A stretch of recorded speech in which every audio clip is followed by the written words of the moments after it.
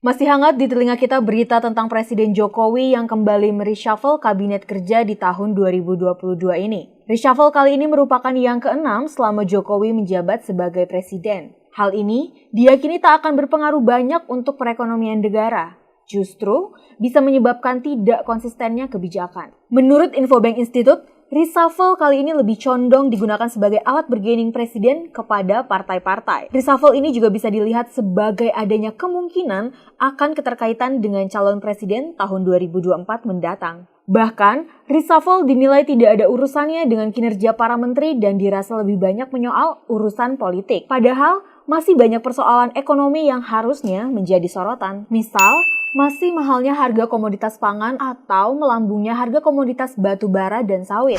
Dan bicara soal perekonomian Indonesia, menurut data APBN, posisi utang Indonesia per Maret 2022 mencapai 7.052 triliun rupiah dengan rasio sebesar 40,39% terhadap PDB. Jika dibandingkan dengan Maret 2021, mengalami kenaikan sebesar 9,45% dari posisi 6.445 triliun rupiah.